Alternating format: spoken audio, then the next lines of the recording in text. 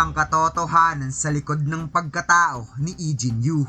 Dahil matapos bungkalin at hukayin ng ating bida ang pinakamalaking kumpanya sa Korea, isa namang kakilakilabot ang nangyari sa kapatid niya dahil dinukot lang naman ito kasama si Yona.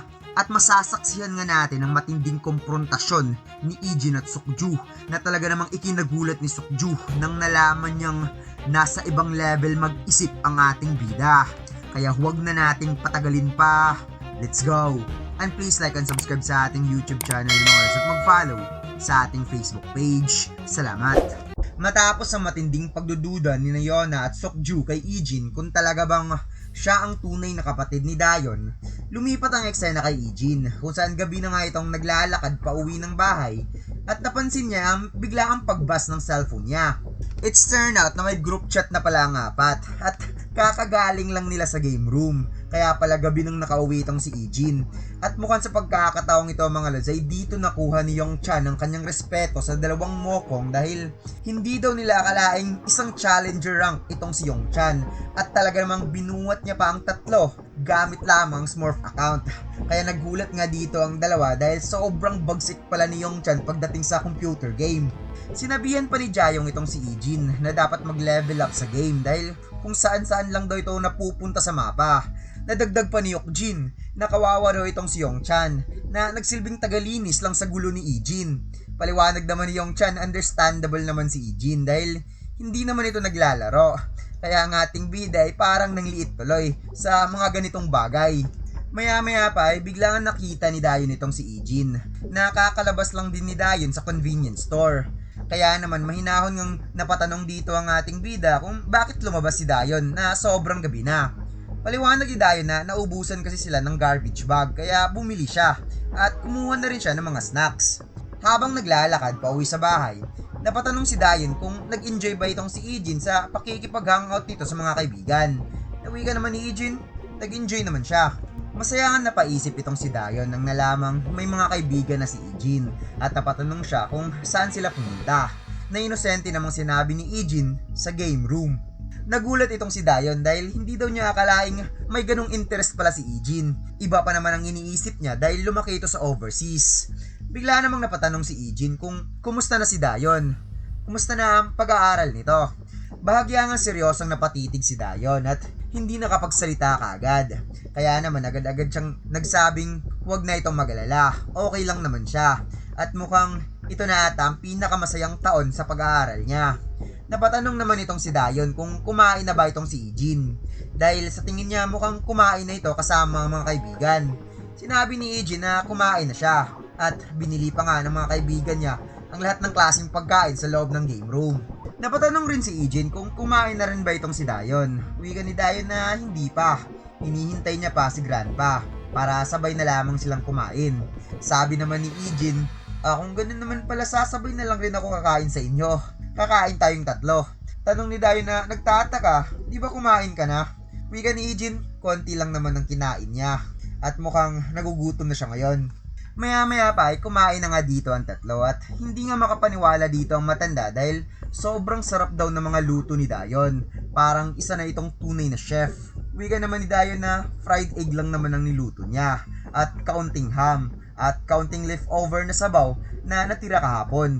Ngunit sinabi pa rin ng matanda na kahit na sobrang sarap pa rin daw ng luto ng apo niya. At sinabi rin ni Ijin na sobrang nasasarapan din siya sa luto ni Dayon kahit simple lang. Kaya napauwi ka na nga dito ang matanda. Nakita mo na, kahit si Ijin sumang-ayon na sa akin eh. Napatawa na lamang sina Dayon at Grandpa habang nag-uusap. Ngunit habang pinagmamasdan ni Ijin ang masasaya nilang mga ngiti, bigla niyang naalala mga panahong nakikipagsapalaran siya bilang isang mersenaryo na sa gitna ng matitinding laban at delikadong misyon, halos panis na tinapay lamang ang kanyang kinakain upang mabuhay at magpatuloy sa mga utos na ipinapagawa sa kanya. Makalipas ang ilang sandali, busog na pumasok si Ijin sa kanyang kwarto. Doon niya napansin na ilang beses na pala siyang tinatawagan ni Major Kang, kaya agad niya itong sinagot. Kinumusta siya ni Major Kang at tinanong kung kumusta na ang buhay ni Ijin ngayon sa Korea matapos ang ilang araw nitong pananatili. Sinabi ni Major Kang na nais siyang malaman kung paano siya namumuhay bilang isang normal na teenager. May naho namang sinagot ni Ijin, na maayos lang naman ang lahat.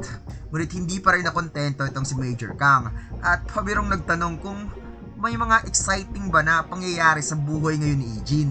Hindi kaagad nakasagot si Ijin, kaya dahil doon, biglang napa-overact itong si Major Kang at nagbabadaling nagtanong kung ano ang nangyari.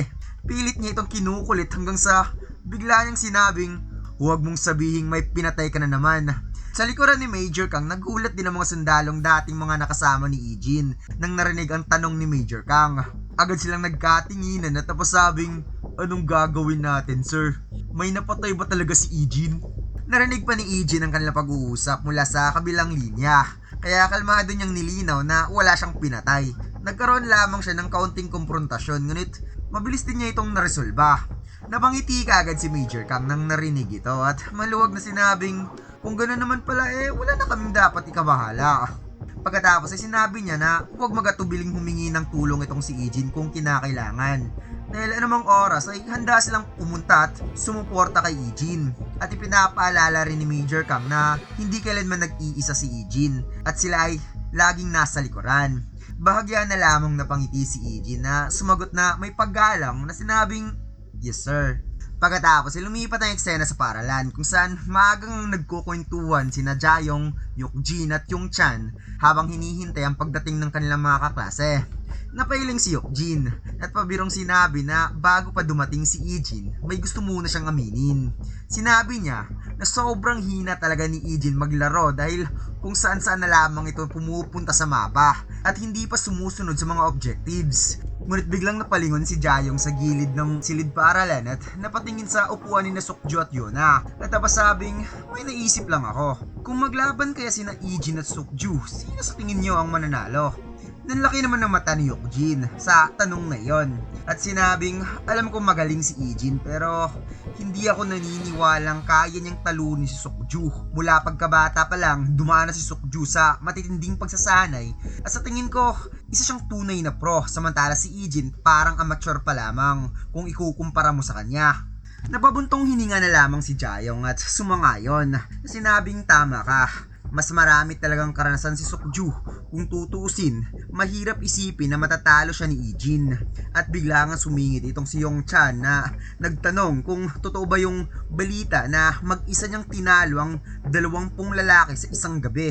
Agad namang napatrisay nitong si Yukjin habang umiiling at sinabing, "Hindi yun 20 boy, 30 yun lahat."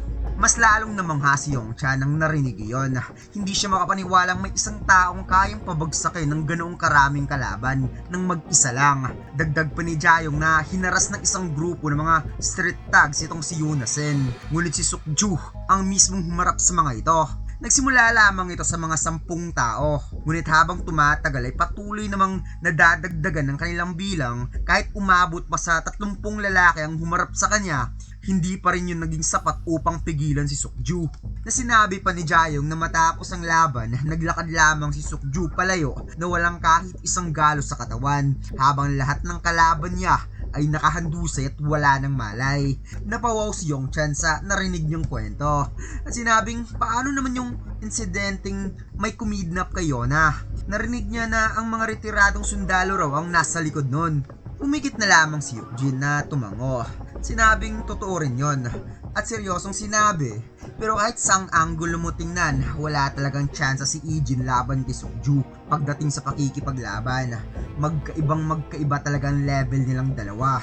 Ngunit habang pinag-uusapan ng tatlo sina Ijin at Sukju ay bigla na lamang napatigil ang ating bida na matalas na napatitig kay Sukju na makikitang ibang presensya din talagang ipinapakita nitong si Sukju mga lods kay Ijin na napatanong, "Sino ka nga ba talaga?"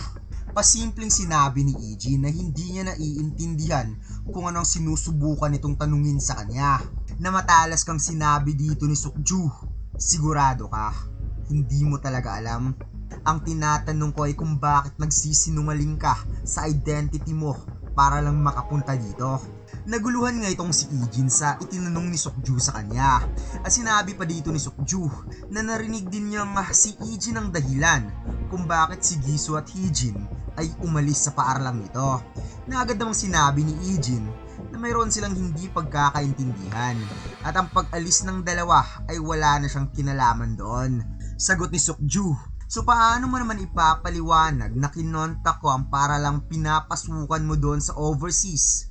Ngunit sinabi nilang never nilang narinig na may Ijin Yu na estudyante doon. Kaya si Ijin ay nainis na nga dito na napatitig kay Sukju at lumipat nga ang eksena kung saan ipinakitang biglang hinawakan ni Yona ang balikat ni Dayon na parang kakausapin ni Yona itong si Dayon patungkol kay Ijin at susubukan niya itong bungkalin ang likod sa katotohanan ng pagkatao ni Ijin Yu. Napangiti nga itong si Dayon nang nakita si Yona dahil hindi daw niya inasahang nakabalik na si Yona sa Korea. Napasimple namang sinabi ni Yona na nakakapasok lang niya kahapon at kaklase niya pa ang kapatid ni Dayon. Bagay na ikinagulat naman ni Dayon nang nalaman yon. Sinabi ni Yona na hindi niya naalala noon na may kapatid pala itong si Dayon. At parang ang nalungkot itong si Dayon nang ikinuwentong yun din ang akala niya. Akala niya namatay na ang kapatid niya kasama ang mga magulang niya. 10 taon na ang lumipas. Ngunit it's turned out na buhay pa pala ito. Ikinuwento ni Dayon na nakatanggap sila ng tawag 6 months ago na sinasabing buhay pa ang kapatid niya at makikitang nanginig nga dito ang kamay ng matanda mga lods habang hawak-hawak ang telepono at si Dayon naman ay kakarating lang galing sa school. At nakita nga niya dito ang kanyang grandpa na walang tigil na lumuluhong napatingin sa kanya habang sinasabing si Ijin ay buhay pa. Curious ka na patanong itong si Yona na kung gano'n naman pala ay paano hindi nyo siya nakita sa loob ng napakahabang taong yon. Kung talagang buhay siya sa panahong yon, bakit hindi man lang siya gumawa ng paraan para makabalik dito sa Korea? Malungkot na ipinaliwanag ni Dayon na nawala ang memory ni Ijin matapos ang plane crash na yon. Ang sabi sa kanila, may unti-unti itong naalala sa nakaraan niyang buhay at may isang taong tumulong para makipag-ugnayan sa kanila. Kaya parang mas lalong nagdududa itong si Yona na nilinaw na sinabing nawala yung memory niya ng 10 taon tapos may mga naalala siya recently lang. Wika ni Dayon na talagang may mga naalala si Ijin, ngunit mga malabong alaala lamang. Yung parang may naalala lang siyang mayroon siyang lolo at isang nakababatang kapatid. Ngunit nag-aalala parang sinabi ni Yona kay Dayon na seryosong sinabing, ngunit Dayon, sigurado ka ba talaga na siya yung tunay mong kapatid? Nagulat nga dito si Dayon na parang nabigla sa tanong na yon.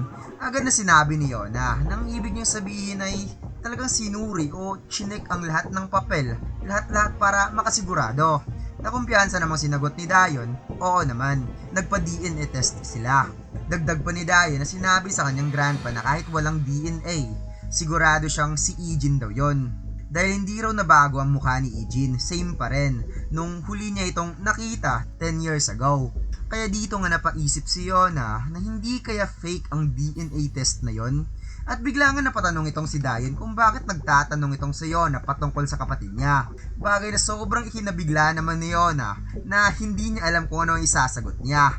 Kaya sinabi na lamang niyang, may boyfriend na ba yung kapatid mo? Kaya si Dayon ay muli na namang nabigla sa mga tanong ni Yona sa kanya. Lumipat ang eksena kina Ijin at Sukju at dito nga ay nagkakumprontahan na talaga ang dalawa na tinanong ni Ijin kung ano nga ba talaga ang gustong sabihin ni Sukju. Seryosong napatanong si Sukju kung gaano nga ba talaga kaimportante ni Ijin ang paaralan na ito para i-forge ang mga records nito para lang makapasok dito. Napasimple namang sinagot ni Ijin, so ang gusto mong sabihin na fake ang mga records ko? Wika ni Sukju na malamang talagang fake yun. Dahil ayon sa research niya, hindi kailanman naninirahan si Ijin sa city na yon. At sa school na pinasukan ni Ijin ay wala nga nakakaalam na may Ijin Yu na nag-aaral doon. Seryosong napatitig si Ijin at sinabing, nasaan yung proof mo? Nainis kang napawat dito si Sukju. Kaya sinabi ni Ijin, na di ba sinabi mo fake lahat ng records ko na isinubmit sa school? Well, ngayon ang tanong ko, nasaan yung proof mo? Mas lalo nga nainis si Sukju na napawat the hell sa kanyang isipan dahil nalaman lang niya na nagsisinungaling itong si Ijin ay dahil hinukay niya ng maigi ang mga taong may koneksyon sa school na yon at wala talaga siyang matibay o pisikal na ebidensya. Ngunit paanong nagagawa ng taong ito na baliktarin ng sitwasyon at humingi pa ng ebidensya? Hindi man lang siya mukhang nagulat at hindi man lang kumurap ang taong ito na parang ako pa yung nag-aakusa na walang basihan. Wika ni Ijin na, bakit ka naman nagba-background check sa akin ha?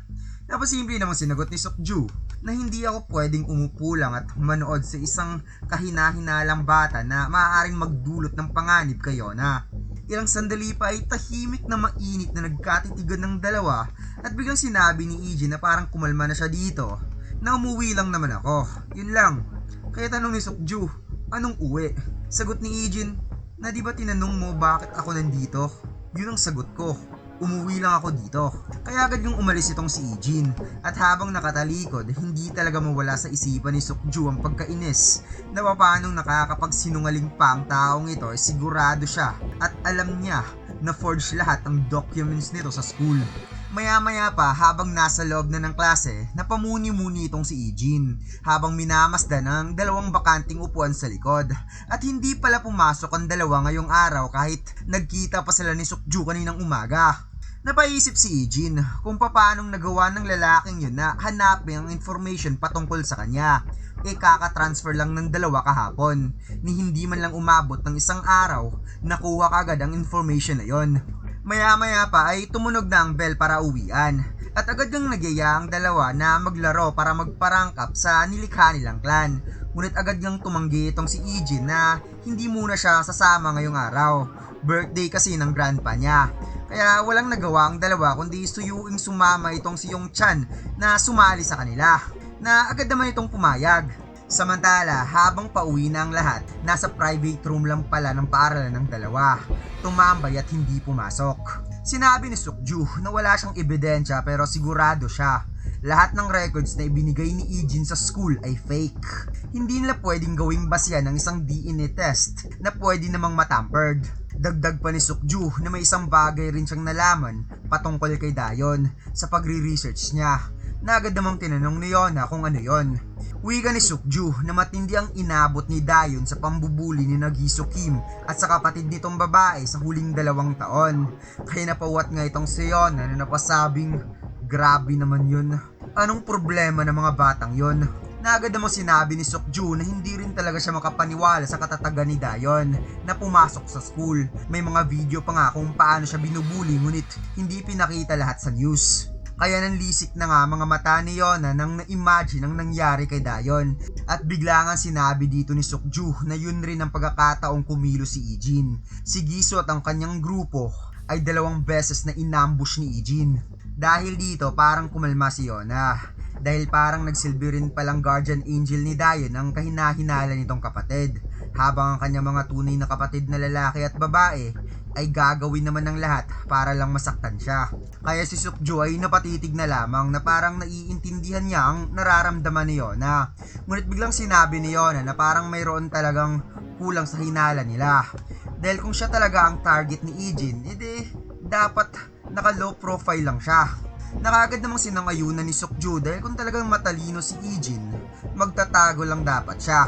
Ngunit bigla naisip ni Yona na parang may habol si Ijin sa pamilya ni Dayon at yun ang pera mula sa insurance ng plane crash. Na sinabi pa niya dito na mas lalong lumalaki ang pera na yon at kahit isinuli ang share ni Ijin mula nung bumalik ito sa Korea, malaki pa rin ang pera na yon para sa 2 taong na aksidente 10 taon na ang lumipas. Kaya hindi pwedeng pababayaan na lamang nila ito. Kaya dito nga mas lalong napaisip si Yona na talagang nasa panganib si Dayon at kasama niya pa sa bahay ang lalaking yon. Lumipat naman ang eksena kung saan nag-groceries nga dito ang dalawa pagkatapos ng klase. At may mga babae talagang napapatingin kay Ijin kapag nasa grocery store sila. Habang namimili, biglang tinawag ni Dayon itong si Ijin na ikinagulat ng ating bida. Wika ni Dayon na hindi niya pa ito kailanman tinanong kay Ijin, baka magalit ito sa kanya. Ngunit gusto sana niyang malaman kung ano ang naging buhay nito pagkatapos ng plane crash. At bigla nga nag-iba ang aura nitong si Ijin. Kaya agad na inunahan ni Dayon na hindi nito kailangang sumagot kung ayaw naman ni Ijin. Kalmadong sinabi ni Ijin na okay lang naman sa kanya. At habang naalala ang matinding gerang pinagdaanan niya, sinabi niya na matapos ang plane crash, sobrang na-traumatize siya. Ni hindi man lang siya makapag-isip ng matino. Kaya ginawa na lamang niya ang lahat niyang magagawa para makasurvive sa isang lugar na hindi niya alam kung ano ang wika na yon. At mas lalong ang naging furious sa mga tingin ni Ijin habang bumabalik ang mga alaalang yon. At si Dayon naman ay parang nakaramdam ng takot sa mga mata ni Ijin. Biglang sinabi ng ating bida na pagkatapos nun, sobrang busy niya na. Yun lang. Kaya napangiti na lamang na sinabi ni Dayon na sa sobrang busy mo, hindi ka na nakahanap ng girlfriend. Habang naglalakad, sinabi ni Dayon na narinig niyang kaklase ni Ijin si Yona. Kaya nagtatakang nilinaw ni Ijin na tinanong kung si Yona-sen ba. Sabi ni Dayon, oo, nasorpresa din siya nang sinabi ito mismo ni Yona sa kanya. Dahil dito, napatanong si Ijin kung gaano kakilala ni Dayon itong si Yona. Mahinahong ipinaliwanag ni Dayon na matagal nang mabait sa kanya si Yona bago pa man ito nagpunta sa US. At sobrang na-miss rin talaga niya si Yona. Kaya sobrang saya niya nang muli niya itong makita. Bagay na nagpa-curious din kay Ijin patungkol kay Yona. Ngunit biglang sinabi ni Dayon na tinanong pala ni Yona sa kanya kung may girlfriend na ba ang kuya niya. Kaya nabigla tuloy si Ijin. Pagkatapos lumipat ang eksena kung saan may nakahanda ng cake sa lamesa. Habang sina Ijin at Dayon ay sinabing buksan na daw ang regalo ni Grandpa. Nagulat ang matanda nang nakita ang wallet na regalong ibinigay sa mga apo niya at sinabing hindi na sana ito bumili dahil maliit lang naman ang mga allowance nila. Ngunit pangiting sinabi ni Dayon na huwag ka na mag-alala Grandpa, hindi naman mahal yan. Ngunit habang nanginginig ang kamay ng matanda, sinabi niya na nakuha niya na ang pinakamagandang regalo sa lahat, ang kanilang Ijin na nakabalik sa kanilang tahanan na ligtas at maayos. Habang napapangiti itong si Dayon, napansin naman ni Ijin ang biglaang pagbuzz ng cellphone mula sa kwarto. Kaya agad nang tumayo itong si Dayon dahil mukhang sa kanya ang cellphone na yon. Narinig ni Ijin mula sa kwarto na tumawag si Yona. At sa titig ni Ijin ay parang may masama siyang kutob sa pag-uusap na yon. Biglang nagpaalam itong si Dayon sa kanilang grandpa na magpunta muna siya sa convenience store na agad yung sinabi ng matanda na sobrang gabi na. Ngunit sinabi ni Dayon na gusto lang siyang kausapin ng saglit ni Yona, babalik lang kaagad siya.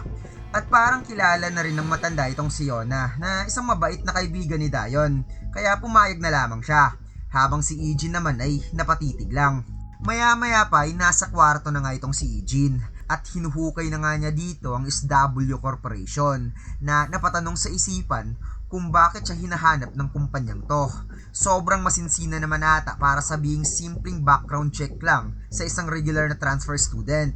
Biglang tinawag si Ijin ng kanyang grandpa upang magpaalam na lalabas muna siya. Kaya agad yung sinabi ng ating bida na dahil ba kay Dayon? At nagdahilan pa ang matanda na gusto rin niyang sumagap ng preskong hangin sa labas habang pinupuntahan si Dayon. Napangiti si Ijin at sinabi, dito ka na lang grandpa, ako na ang pupunta. Paliwanag ni Ijin na maaga pang papasok si grandpa bukas at may kailangan din talaga siyang bilhin sa store. Kaya sabay na lamang niyang iuuwi si Dayon mamaya. Kaya ang matanda ay napangiti na lamang na sinabing mag-ingat ka Ijin. Lumipat naman ang eksena kina Dayon at Yona na nag-uusap sa labas ng convenience store. Ikinuwento nga dito ni Yona na iba ang pagtuturo doon sa overseas at mas maraming activity doon. At tinanong dito ni Yona si Dayon kung gusto rin ba nitong mag-study abroad. Marami kasing mga kabataan na gusto ang program sa Amerika. Nagulat si Dayon na sinabing hindi niya kailanman naisip na mag-aaral doon.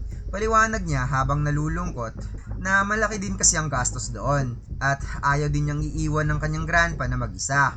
Hindi rin kasi maganda ang kalusugan ng grandpa niya. Napabuntong hininga na lamang na inisip ni Yona na sobrang caring talaga ni Dayon.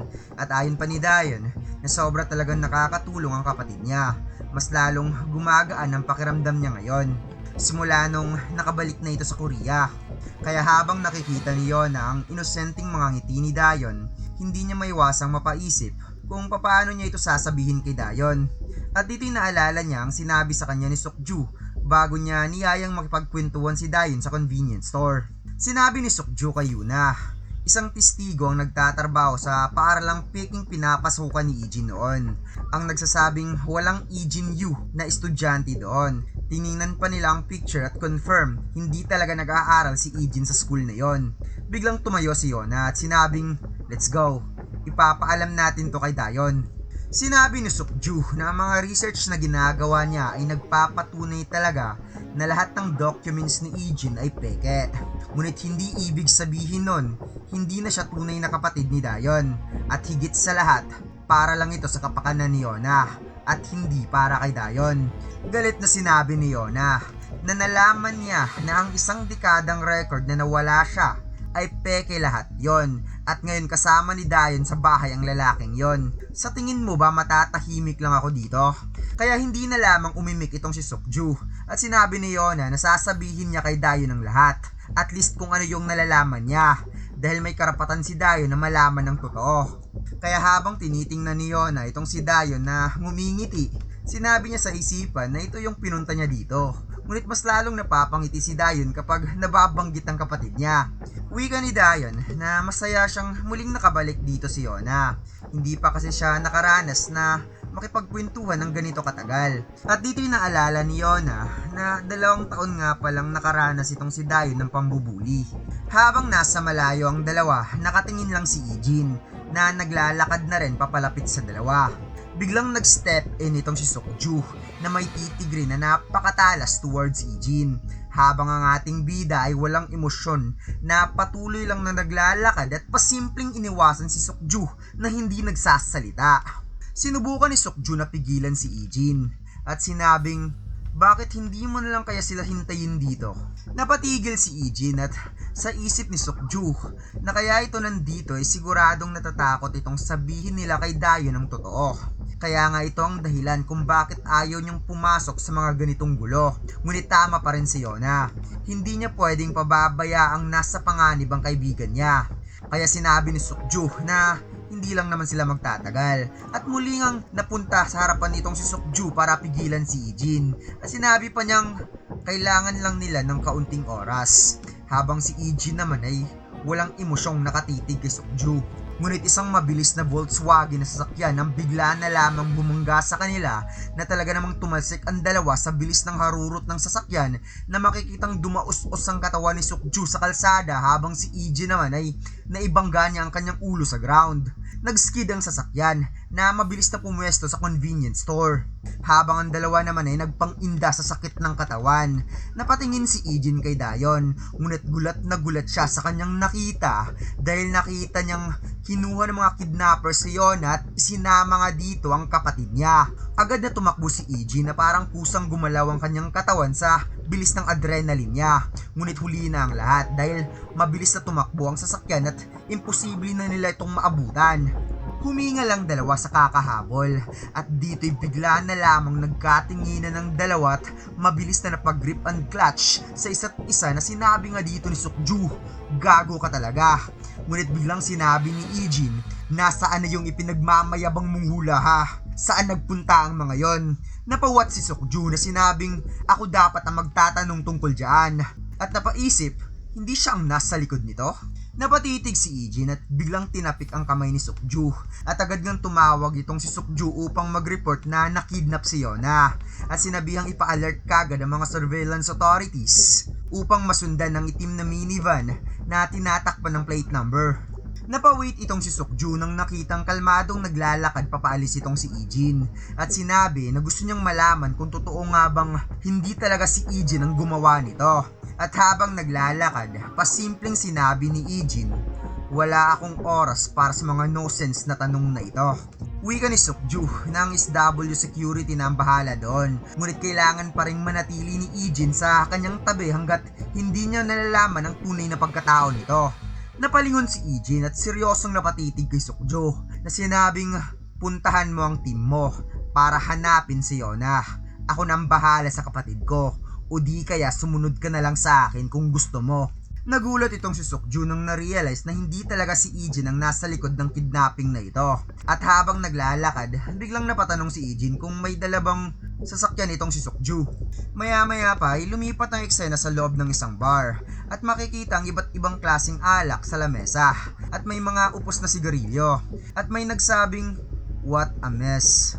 Ito pala ay si Mr. Cha na parang nahaharap sa malaking problema na napatingala habang naninigarilyo. May biglang tumawag kay Mr. Cha na inis naman niyang sinagot at sinabi nga nitong, yung bata boss, Nandito, gusto kong makita. Napawat si Mr. Cha na napasabing, sinong bata? At dito nakita nga niya si Ijin na duguan ng mukha na walang emosyong humarap sa kanya. At dito lang nagtatapos ang chapter na ito mga loves. Huwag mo sana kalimutan mag-like, comment at mag-subscribe sa ating YouTube channel. At mag-follow sa ating Facebook page. Salamat!